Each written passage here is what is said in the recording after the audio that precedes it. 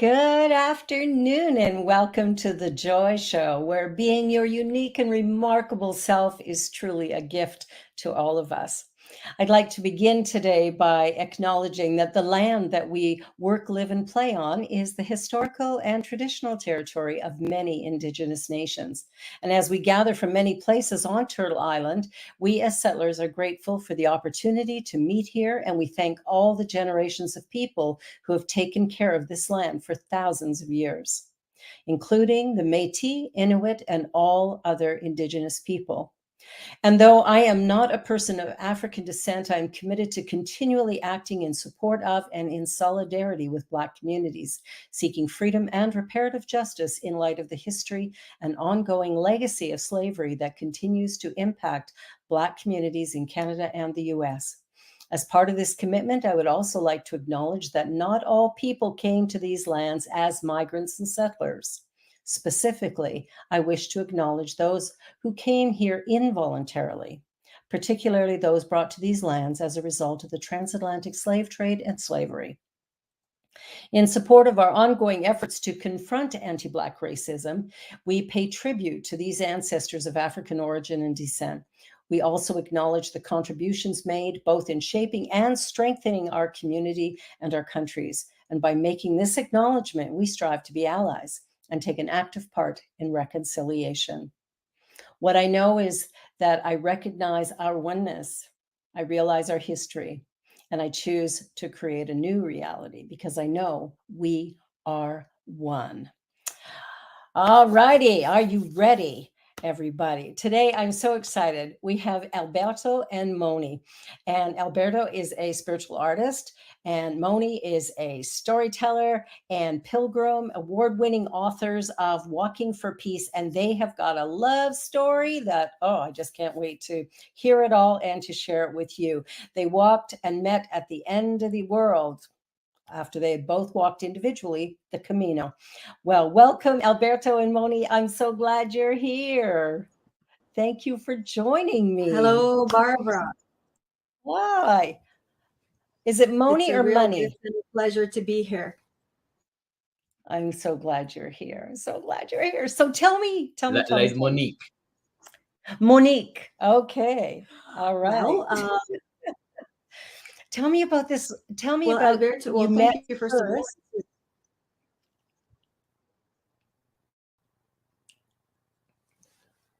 We don't hear you. Yeah, you're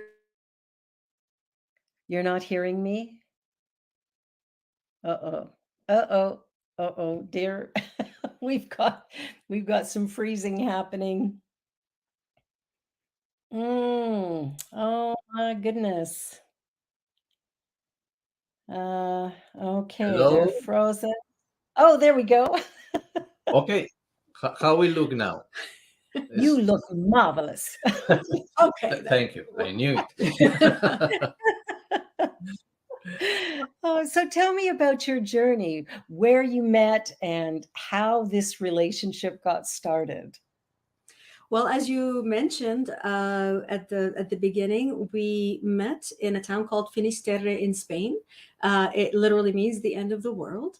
I had quit my job, essentially. I had a corporate career, and I had thrown on a backpack and had embarked on a quest, if you will, to try and understand my life, why I was all of a sudden divorced, why I was alone, why I wasn't happy in my job. I think all of the things that many people perhaps at some point or another begin to ask themselves, especially when you think you've played by the rules and you've done all the things that society asks of you. And so I literally just threw on a backpack. I started traveling by myself, and my journey landed me on the Camino, which I had heard vaguely about. This was back in the year 2001, not quite as popular as it is, today.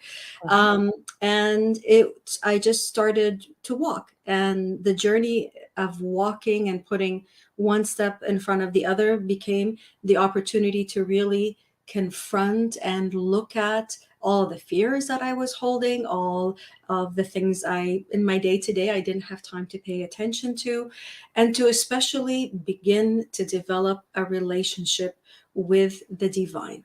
Back then, I called it the universe, the angels. And perhaps today I would call it other things, but it was that loving presence that I was learning to develop a relationship with and to learn to listen to its voice and to be guided by it. And that was a very big deal for someone who comes from a very, left brain. I have a science degree. I have an MBA, very, very left brain, logical planning, organizing, to leave that aside and say, I'm just going to walk without plans and listen to this voice and inner guidance and follow the signs and that it was leaving before me. It was a very big shift in the way that I was approaching my life. And I in know that, you've walked the Camino. yes. You walk the Camino too? I have not walked it. Oh, I have okay. not, but I do know a few people who have. And that time of alone and the fears that come up, but also the awareness of who I am when all things have been stripped away. Who am I really? So Exactly. good for you. That's a remarkable journey. Okay, continue. No, really that time of walking alone was invaluable because it kind of sowed the seeds and put me into the practice of learning how to listen to not just my logical voice, but to that presence that I knew was walking with me. And it was that presence through a series of coincidences that planted the seed in my mind of making another pilgrimage, going from Rome to Jerusalem on a path that is called the way of the soul, the way of the soul. And so it was, do we have time do you want me to explain a little bit of how it was? Well, I was told that anyone who is on a journey of spiritual awakening needs to walk three paths, three journeys, go on three journeys. The Camino is one journey, and it's called the pilgrimage or the way of the sword. The sword. Oh, the strength. Of courage. It's the place where you battle your fears. It's the place where you face all of your fears and you find the courage and the strength to continue in your life's journey. There's a path that goes from London to Rome called the Way of Love, where you explore the meaning of love in all of its dimensions, not just, romantic love and relationship love, but the greatest love that exists. Yeah. And then there's a path that leads to Jerusalem, a pilgrimage to Jerusalem. And that pilgrimage is called the Way of the Soul. And it's the place where you connect with your highest calling, where you connect with your purpose. And when I heard that this pilgrimage existed, it was, that's what I have to do. I have to go to Jerusalem. It was literally just like that. It was, I'm going to go to Jerusalem. That's my calling. Quickly, I found out that there is no route, there is no Camino, there's no path. It is literally going to be just walking on the side of the road. But I really felt that this was the calling. And in your heart when you've received it and this is it. And by the time I arrived in Finisterre, I said, okay, I'm determined to do this. I'm going to walk alone. But then destiny had other plans and Alberto showed up, was in Finisterre at the same time. Yep. Yeah. Alberto, you had just completed the Camino. Yeah, I had already, when I meet her, I just finished my Camino like she did. It was my second time. I had gone to the Camino before, the year before. Usually the people that do the El Camino, the pilgrimage, they repeat. They usually try to go later again because it's something that enriches you, the experience, and it's a journey. The funny things of this pilgrimage is that, and we like to talk about this, is an outer journey, it's a journey in the world, but it's pointing you to an inner journey. Then through that outer journey, you are going deeper to know yourself. No, that was something that I already experienced, no, in my first pilgrimage, and in this second Camino, I was living it. Like Mony, I was in my own personal quest. A few years early, I had several experiences that bring me to the acknowledgement of the spiritual journey that for many years I had keep beside that. I didn't think I was not connected to the divine anymore since I was a child. And with the Camino, with the pilgrimage, the first time that I went, I found that was a perfect way to experience and to practice what I already was learning. You study, you read books, you read courses, and you learn a lot of theory, but you need to practice it. You need to Yes. put it in practice in your day-by-day life. And a pilgrimage like the Camino, or any journey that you do with the same intention, or anything that you do in your life with the same intention to experience the truth, is a perfect way to practice this in the experience, in the day, but especially in a place that you don't know, where you don't have the usual people that you relate every day, that you don't have the same experience, you don't have the routine of every day. Then El Camino was perfect for that, because I meet a lot of new people, a lot of new places, and I had a lot of new experiences that I wouldn't have had in my home, where I come from.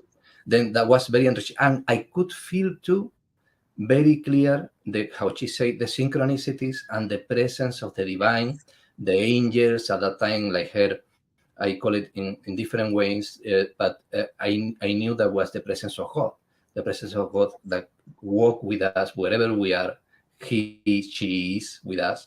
And in these journeys, especially where we surrender to his or to her will, you can feel it even more, because you are totally focused in the journey. Then it's more clear to and more enrichment, like I said before. Then I just finished this my second journey that was really amazing in what it offered to me.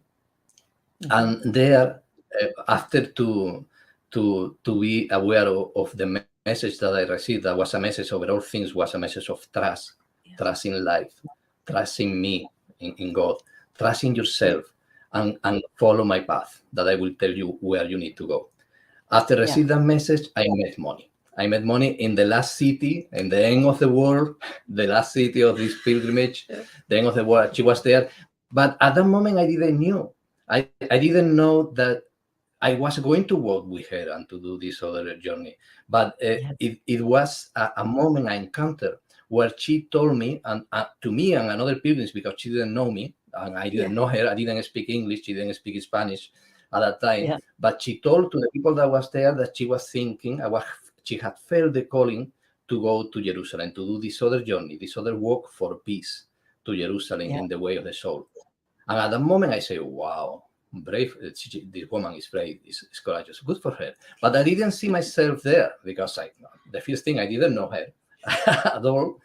But like always happen, these synchronicities, when you open yourself and you say, bring me wherever you want that I go, and I will go. 2 months later, we meet again, just when, how she said before, when she was going to start, when she was going to travel to Rome.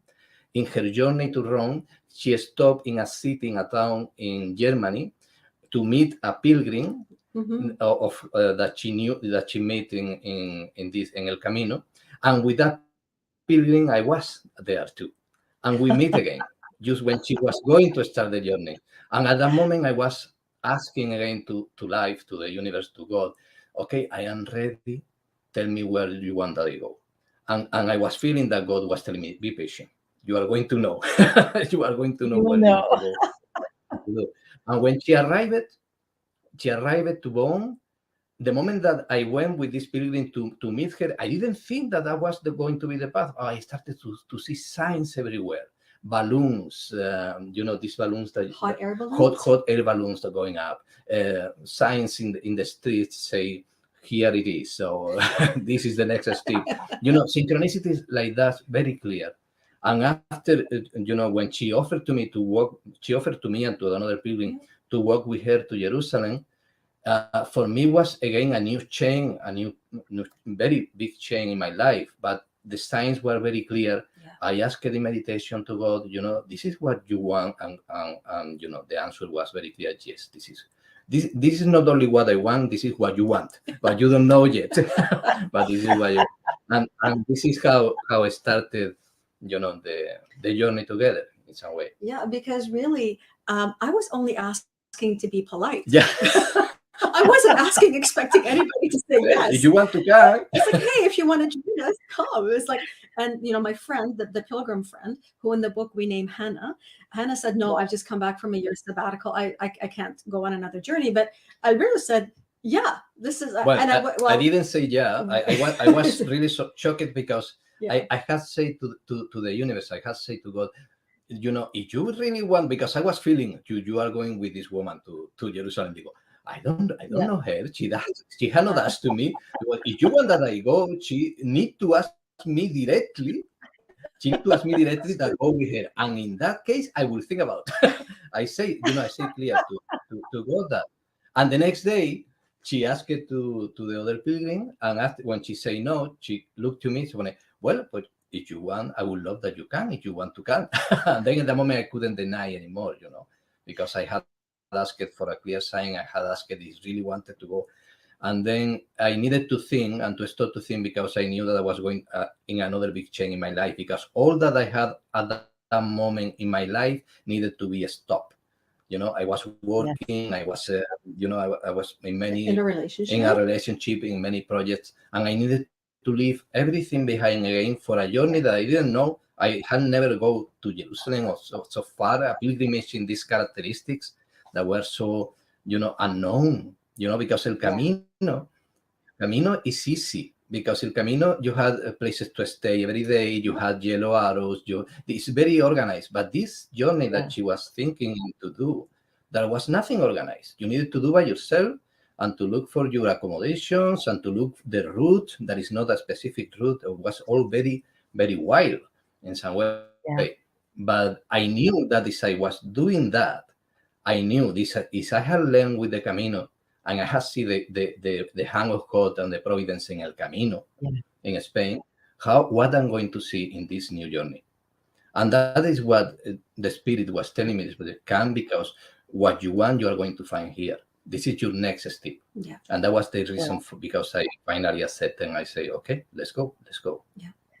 That's so powerful, because I think so often we get so caught up in logistics and, what's right and wrong, am I doing the right thing? And in that moment of true surrender, just take me, all of a sudden doors open and things happen, and it's completely different than you ever expected, but ends up being richer and more rewarding than ever imagined.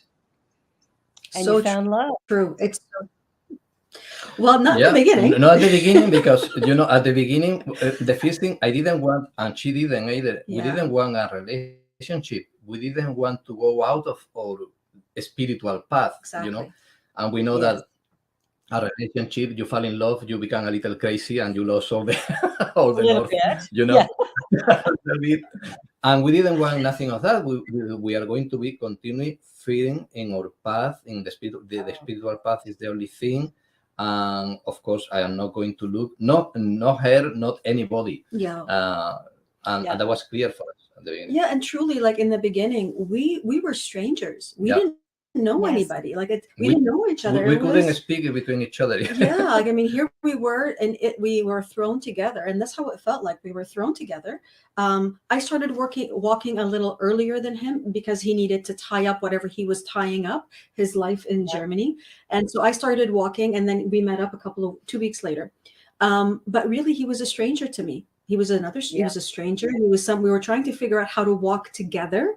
I was trying, I understood, and I felt the same hand of destiny bringing us together, but we really needed to learn about each other. I didn't know him. He didn't know me. We didn't speak each other's languages, as he said. And here we are in Italy, where nobody speaks either English or Spanish. And so we were trying to figure out, how do we manage in Italian? How do we communicate? How do we get to know each other? How do we walk together? How do we stay loyal to what each of us believes and not lose ourselves? So there was no romantic anything in the beginning, which no one believes. The first thing that we learned to say in every language was the word friends. Friends.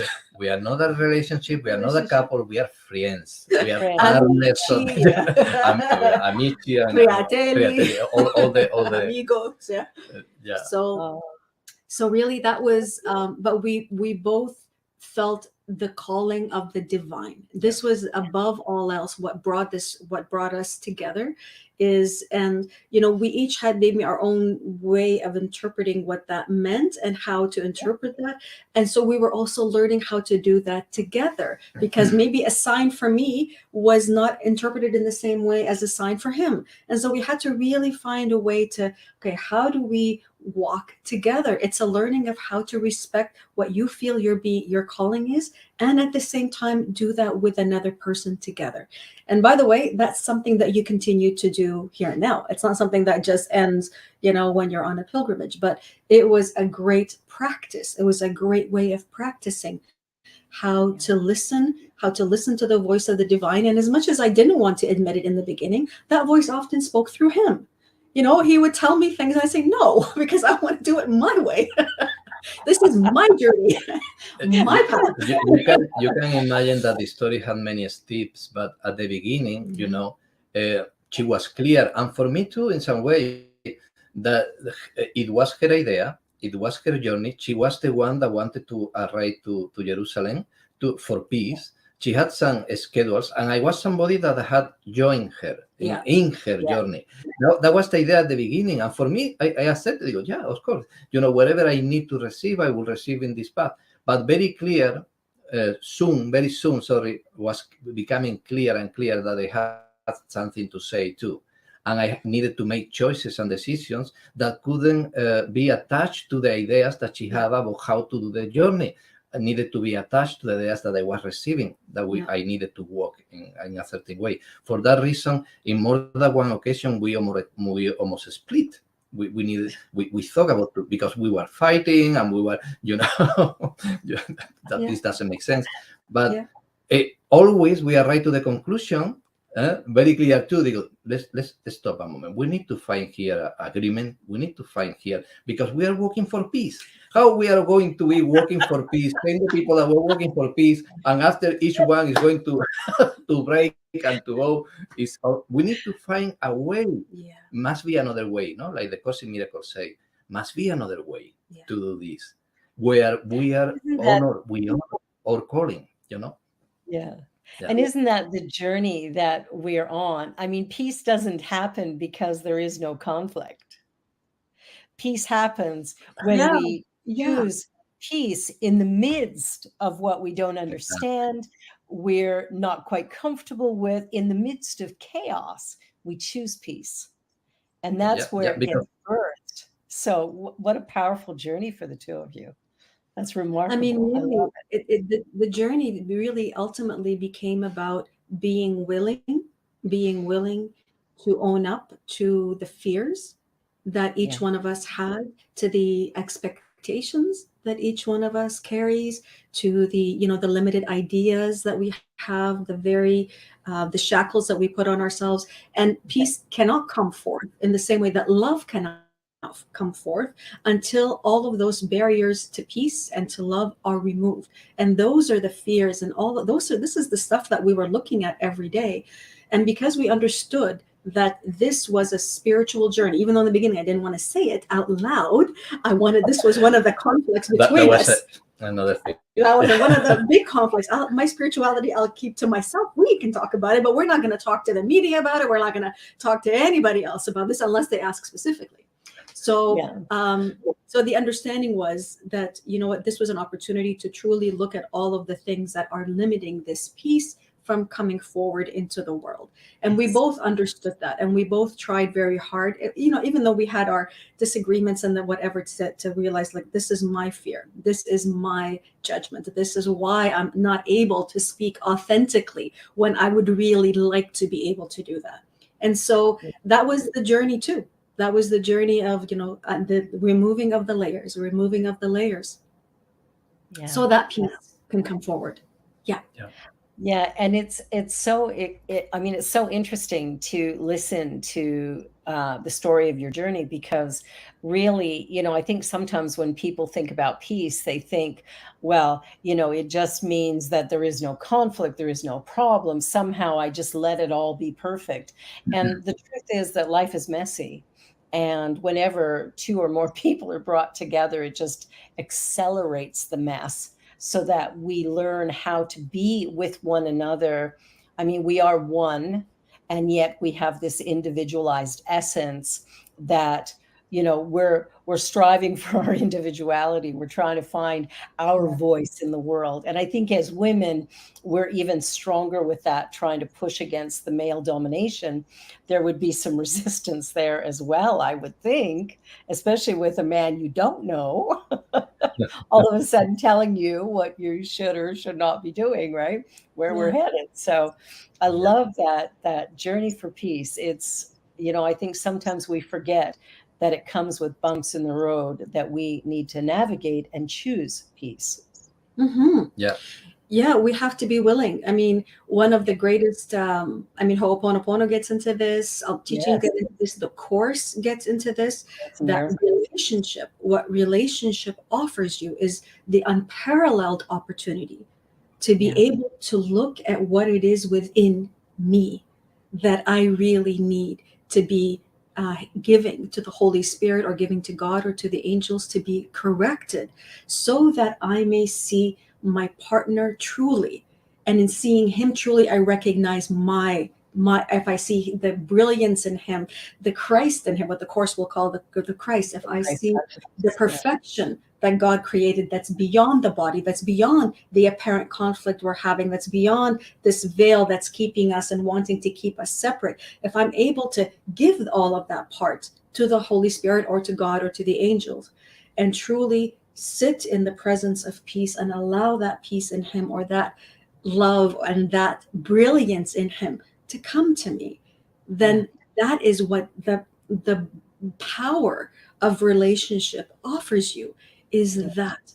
And if you can practice it and live it truly and be committed to that with one person, and the person that usually pushes your buttons, because you're 24/7, you're with them, if you're able to do that with them continually, then it becomes the foundation for being able to do that and to share that with others.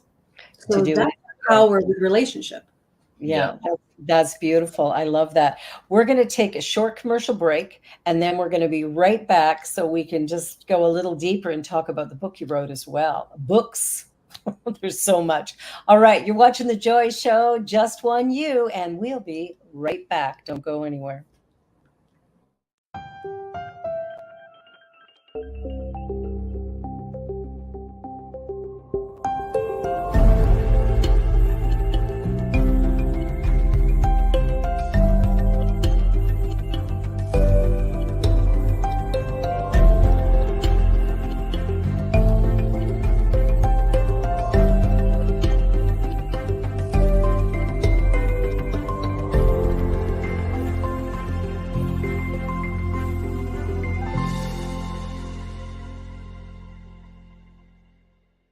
Watch me change when you change the way you look at things.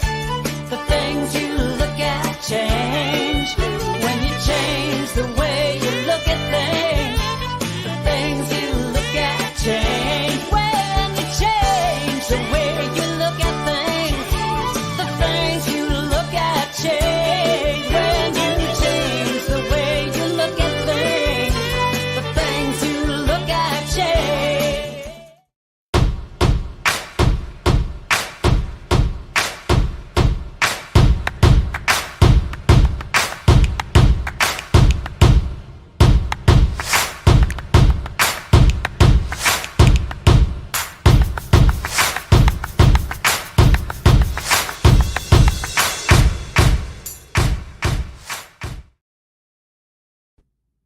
And we're back.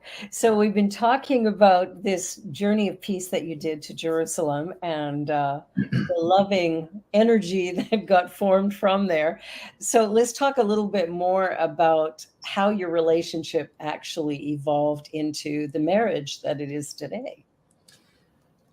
You know, I would like to say in the advertising that had been now, it was saying when you look, when you change the way you look at things, the thing that you look change.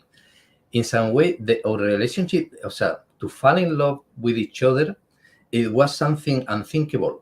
3 months or 4 months after we started to work was unthinkable, because we were almost going to break in more than one occasion. We were fighting, and we was, I had a lot of judgments about the way that she was doing, especially, what she has said before. She didn't want to talk, to say to show the spiritual side of her journey, especially with the media, with the newspapers when they interview us in the way.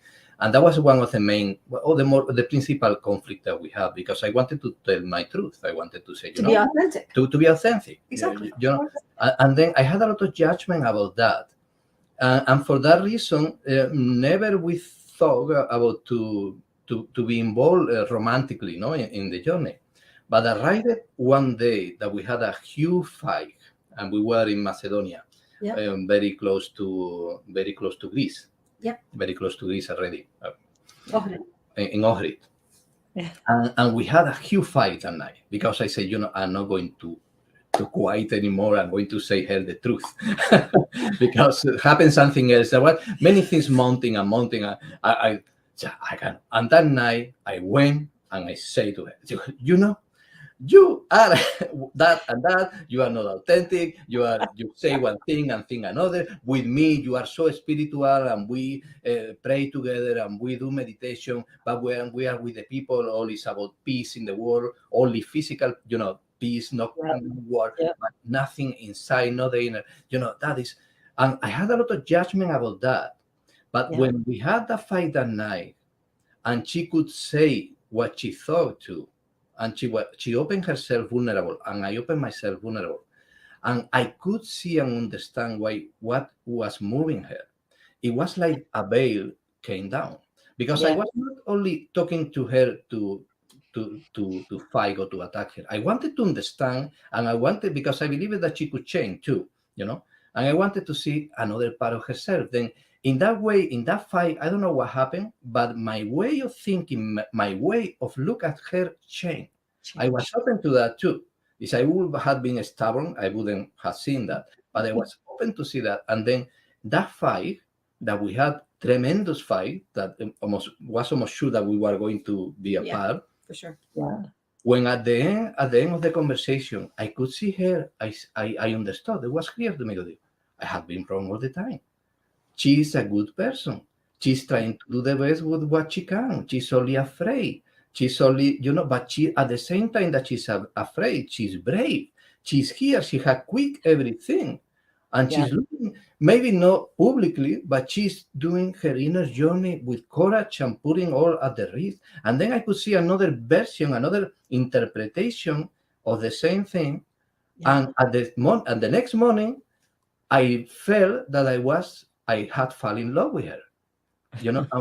I was only from the previous night to the next morning was only a change of perspective, a change of perception that the course will tell you. And I could see in her the light.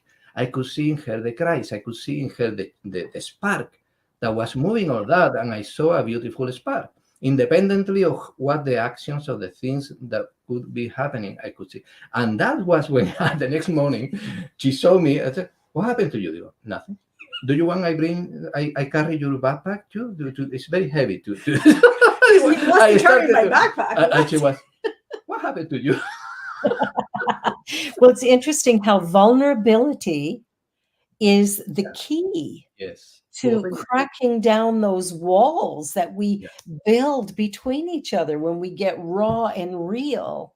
And, the fear is gone and the truth sort of shoots out in many ways. But it is like a veil has been lifted. And all of a sudden, that wall between the hearts is no longer there, and the connection, that real connection of the Christ consciousness, can absolutely occur, but it requires that vulnerability. That's powerful. I love that. And was a lot of judgment that they have, because if I would have fixed only in the idea that, she's lying or she's not being honest with, you stay there in the more superficial, it's true. It's true. She's not being honest maybe with some people. But if you go deeper and you look inside, you go beyond the clouds, like the Course says, you go beyond the cloud, and you try to see what really is there. You can see that always there is love. Always Yes. always that is like there. And that is what I saw. And when I saw that, I go, oh, I fall. Oh, And that then was the the beginning. love. That was the beginning, because after came a lot of problems. It was not so easy later of that. Yeah. But that Yeah. was the beginning, the beginning of our romantic relationship that started with me, the spark, and after she. And there was resistance on my part in the beginning. I did not And that's important. want this relationship because, like he said in the beginning, it makes that relationships make you crazy. And the biggest fear I had was that this would divert us off of the path. We were here together for a purpose, and that purpose was to do this pilgrimage to Jerusalem. And I did not want to be distracted by that. I did not want a romantic relationship. And in the beginning, I didn't have that feeling for him. I mean, I appreciated him. I cared for him. I saw his goodness from the very first day that I met him. I could see. What you mean? And his sense of humor. Humor's always great. that I could see, but I did not want the romantic entanglement because I did not want to be taken off of a path that had taken me a long time to get to. I had, taken a long time to be able to have that confidence and that courage to walk and to do this, and I didn't want to be distracted. And it was tense in the first couple of weeks of him, trying and me pulling away, and that caused even more arguments and more attention. And what shifted it for me anyways was a moment of tremendous vulnerability, what you mentioned before. We had arrived in Greece. It was the town called Edessa. I had eaten something that didn't sit well, and here I was vomiting. I was vomiting and sitting and vomiting. Was so sick. I was very sick. I was trembling. Night. I was shaking, and he was there. He was there with me. He held, the hair off my face. He was washing my face. He was cleaning up everything, even though it was in the tub. Like he was cleaning everything, and he was there and looked after me and cared for me. And then, made me brush my teeth, and brought me to bed and put me to bed. And it was that moment of realizing that it's only love that would do something like this. It's love. Right. Only love would do this. And that was when my barrier fell, when my veil, with him fell. And then since then, that's when the relationship began, but it also brought other things, other fears, right? Other things that you have to look at when you enter into this kind of romantic relationship. And this is perfect because we have not talked, talked before about the relationship in other interviews and all that, but never we have talked from this perspective so clear that I see now. We are studying the course for a few years now, and we are involved totally every day. We are doing the lessons, we're together, we are working together, and there is a connection about this holy relationship, how a special relationship can change to be holy relationship that connect totally with the story that we are telling here. Our biggest problem or biggest barrier was our fear to lose our inner journey. The more important for us was the journey of the soul. When we arrive to the conclusion, and we talk about that a lot, so we don't need to lose our inner journey. We can strengthen it together. I can support your inner journey. You can support my inner journey, and together we are going to work together. And it's in some moment we felt that God say us, it's okay. It's okay until now. Now we know for the course that it's not necessary, but because in the moment that you join in the purpose, you join in the more holy purpose that you can have, that is the spiritual path. The path to know yourself, the path to walk beyond the physical, to go to the truth of who we are.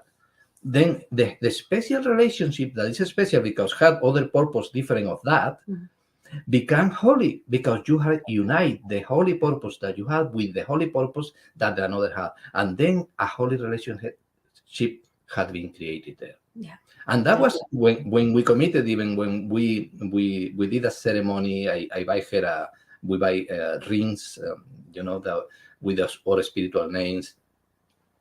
Our vows was especially to follow the path and to help each other in that, and that is the greatest thing. And that was what for that reason became a holy relationship. That is what the course say. Now our work is to be capable to see the Christ not only in each other, but in everybody. To see the Christ in you, Yes. Barbara. To see the Yeah. Christ in every creature in the world. To see the Christ in the neighbor, in everybody, even when still the appearance can show another thing and can show conflict. No, I know that behind all these clouds and all that I see still, that is the Christ in everything in life. And There then, is only good. exactly, and then in the holy relationship is a great help to do that. Yeah. Whatever, and doesn't need to be a romantic I was going to relationship. say, It exactly. Can be a friend, can be a Exactly. brother, Yeah. can be somebody that has the same holy purpose that you have, and you say, let's go to work together. Yeah. And Let's that walk together. become one of the most powerful things that exists. It's not the most Yeah. in this world that still we are dreaming, no, we are projecting. I love that. I love that. And so you co-authored the book, Walking for Peace. Mhm. Yes. Tell me a little bit about the book. Well, it was a journey in itself that took about 7 That was to another 8 journey. years. And pretty much every fight that we had during our walk, we relived when we were writing the book. Because once again, it was how I want to do it and how he wanted to do it. How, what was important for him and what was important for me. Are we going to talk about spirituality or not spirituality? There was a lot of thing about to be authentically again. Yeah, So the same that in the the past. same issues. I am capable. I had the courage to say publicly to my family, to my friends, what I believed at that time and what I did and what I said. That was one of the fears, the biggest barriers too at the same time. That's right. So it took us about 7, 8 years to walk through it. We had to leave it behind more than once because it was threatening the piece of the relationship and the harmony and everything. And what the threat of separation, the same things that happened during walking were happening as we were reliving it.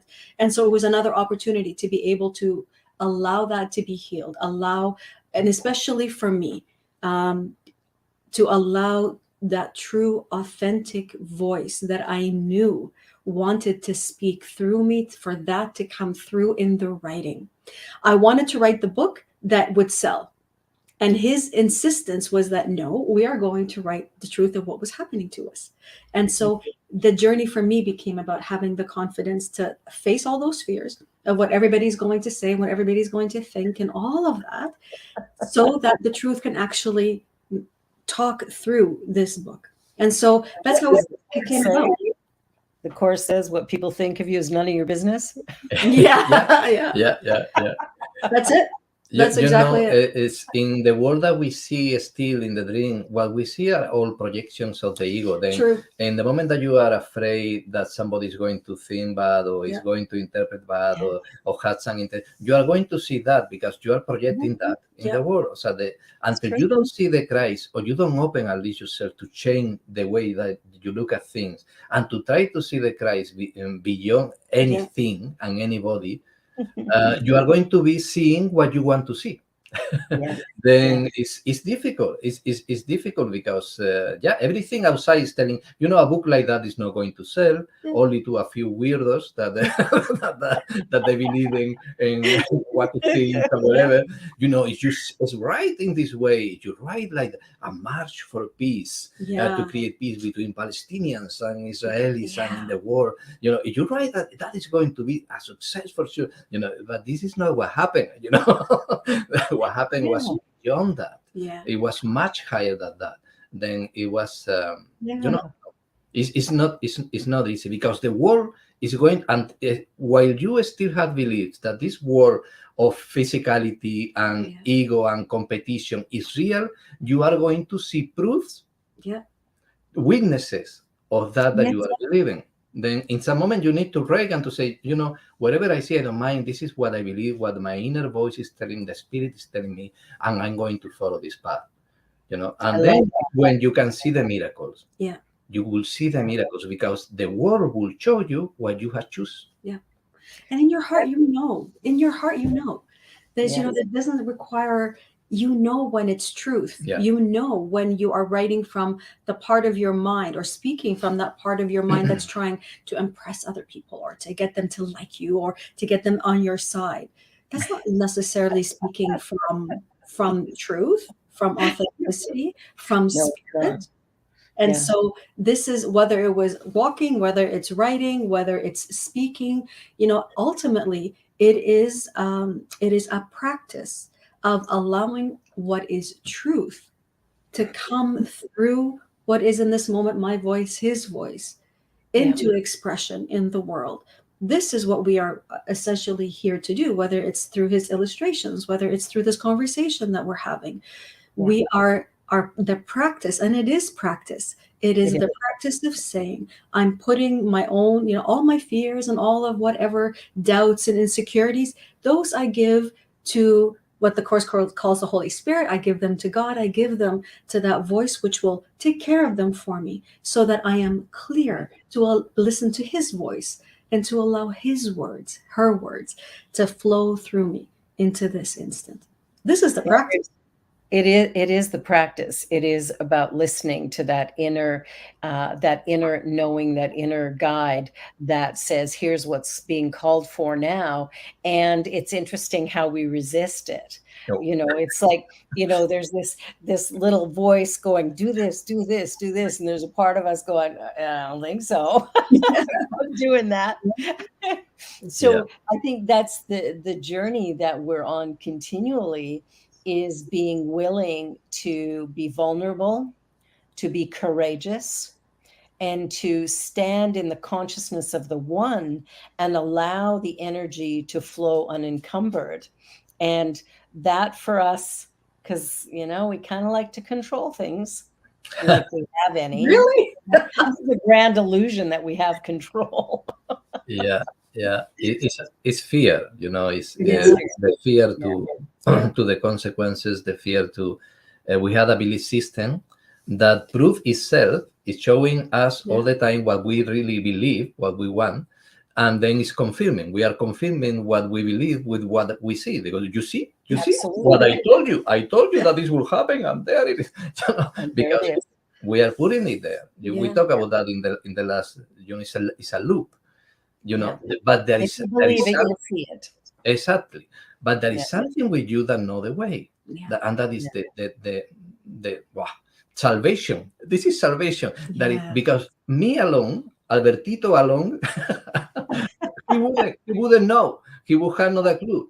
Trying to control all the possibilities and all the things that can happen and all no, but there is one with each of us in all of us, because we are one, we are the same one that is guiding us, that know the way and know what is the best for you and know what is the more convenient. Know who you are, that you had no idea. I had no idea who I am, even when I think that I know now. I know now, after so many years of spiritual search, I know who I am. I had no idea. I cannot see the light of what I am. I cannot see to be one with God. You cannot imagine that, to see the holy, perfect Son of God. You cannot imagine what is that. We are coming close, but still we have no idea. The one that knows, that part of our mind that knows, is with us from the very beginning and is guiding and is ready to show us the way. Is beside us all the time with infinite patience to say, stop. Listen, I will tell you what to do. And really it's a work of being trusting more and more in that voice, because we know that voice is there, but we are afraid to listen. We are afraid to listen sometimes because you don't want that tell you something that you don't want to. True. Something against your plans. Oh, come on. Well, and there are always things that we do get told that we go, wait a minute, I don't want to do that. Right? That's the part, that we resist, right? We sit back and go, I don't want to go there. I remember years ago, because I've been married 5 times, right? So I've had lots of practice getting it wrong, but I finally got it right.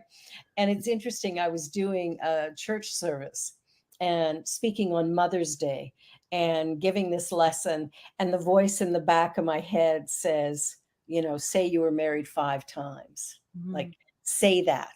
And I'm like, I ain't saying that. They'll never have me back. I'll be judged. I'll be stoned. I'll be whatever, right? And finally, I blurted out, and there's this whisper that goes through the congregation. What did she say? And then I follow it up with, I thought I'd give Liz Taylor a run for her money, but I fell short. I met the right person, and I became the right person. at the end, when I'm chatting with women afterwards, because I kept thinking, oh my gosh, they will never have me back. Afterwards, I had probably 11 or 12 women come up to me, some of them in tears, going, that is the first and most honest message I've ever heard from a minister. And I'm so grateful that you gave voice to, you know, what I'm feeling, what's going on for me, and that sort of thing. It was really powerful, but it was that vulnerability and it was getting a push from the inside, right? It's spirit Yeah. going, okay, it's time. Go Yeah. ahead and talk about it, because it's easy just to go, yes, I'm happily married. Yeah. Yeah. Yeah. You know, there's our agenda, what is the ego There is. agenda, and then there is what the Holy Spirit knows you absolutely need in order to wake up, and in order to what it calls to wake up everybody around you. And so you're not going alone here. You know, No, it's not it's just you, collective. it's everyone with you. And Yeah. the more that you're able to allow that voice and that Yeah. truth to speak through you, it knows exactly the words and how they will land and how they will be used everywhere. And so, Every time. Yeah.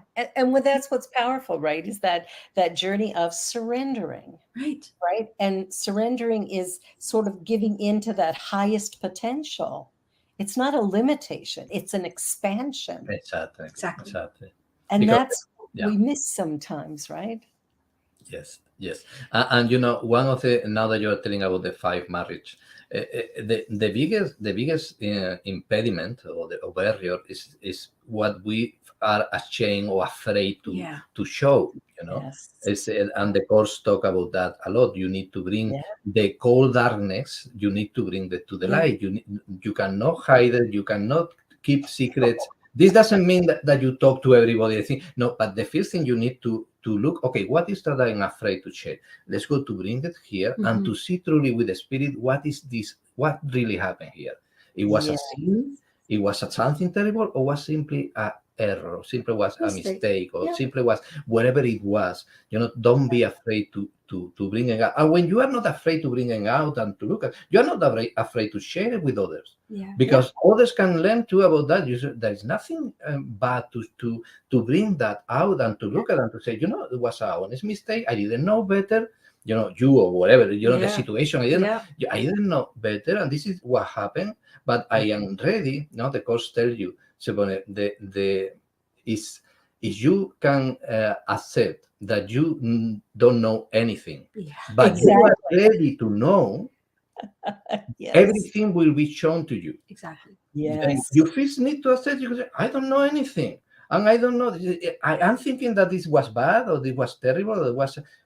I don't know anything. I'm bringing it out, and I am open to see this from another way. I'm open to see the truth in this. I'm open to see the truth in me. And then the fear goes, the shame goes, the guilt goes, and something new come outside. And after you see that everybody has his secrets of his things, and when you are liberating yourself, you are helping to others to do the same, to liberate themselves too.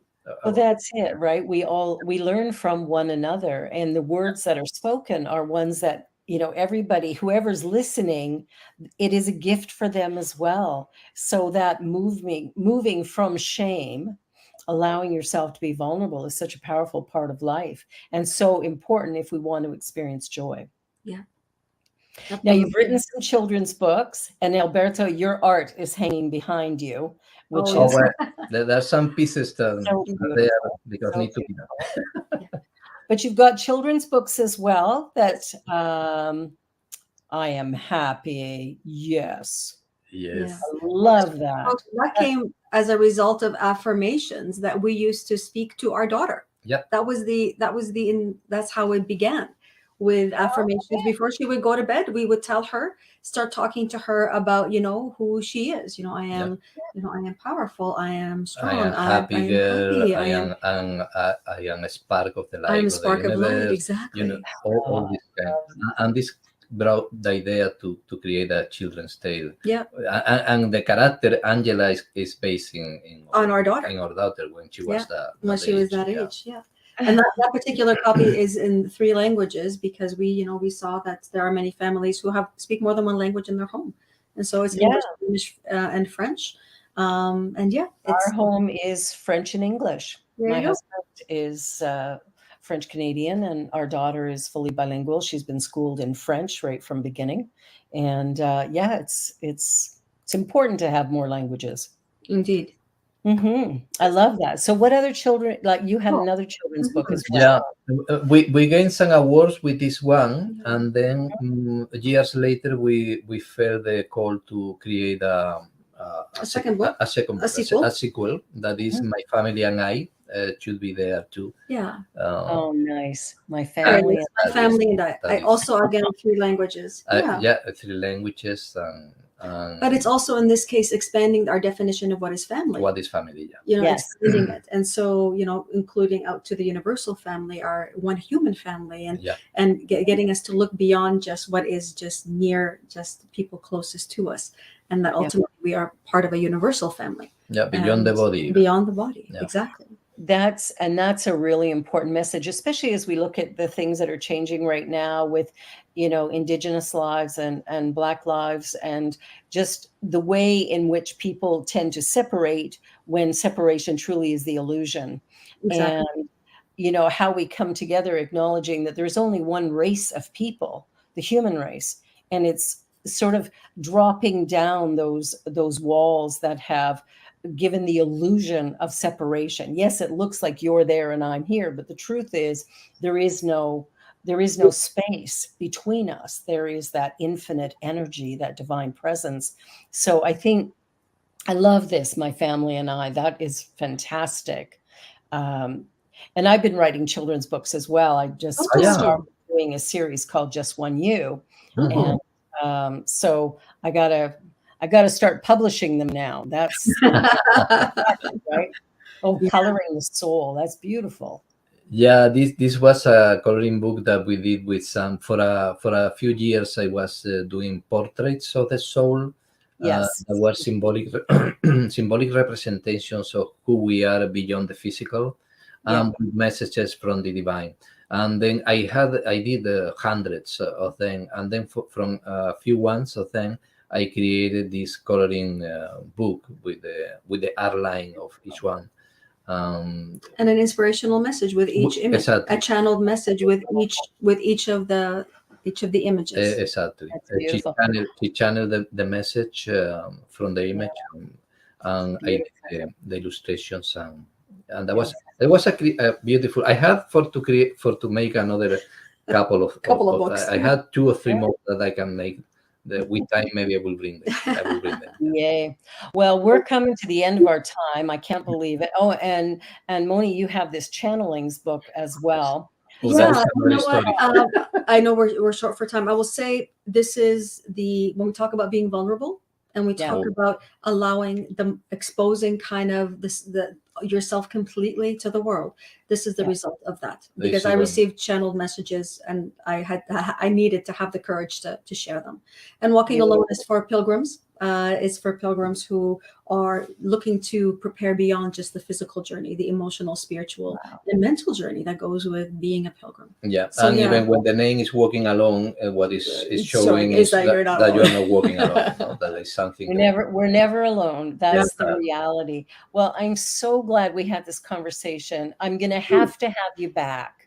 With pleasure. We have scratched the surface of what it is that you have to share. So I will connect with you, and we will find another time.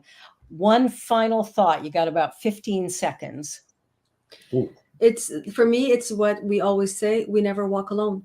We are never alone. That loving presence is with us, in us, around us, in every single instant. It is love. Yes, it is, and that is the purpose too of our life. The real purpose. There is no purpose that go beyond that. Is love, and it's the inner journey. Is to know who we are, and what we are is love. Yeah, exactly. Well, I love both of you, and I'm so grateful. And you here. Have a wonderful, wonderful weekend. I love you. I'm going to have you back. And for everybody watching, thank you for being here. This is The Joy Show. We will be back next week with another great show. Thank you for watching, and be sure to subscribe, like, and comment, share, all that good stuff. Bye for now. Bye for now. Bye. On behalf of everyone at New Thought Media Network, Thank you for being a member of our virtual family. Your financial contributions help share the New Thought message with people from around the world. Please visit and contribute at www.ntmedia.org/donate. New Thought Media Network. Come be you. And please like, share, and subscribe. Until next time, peace.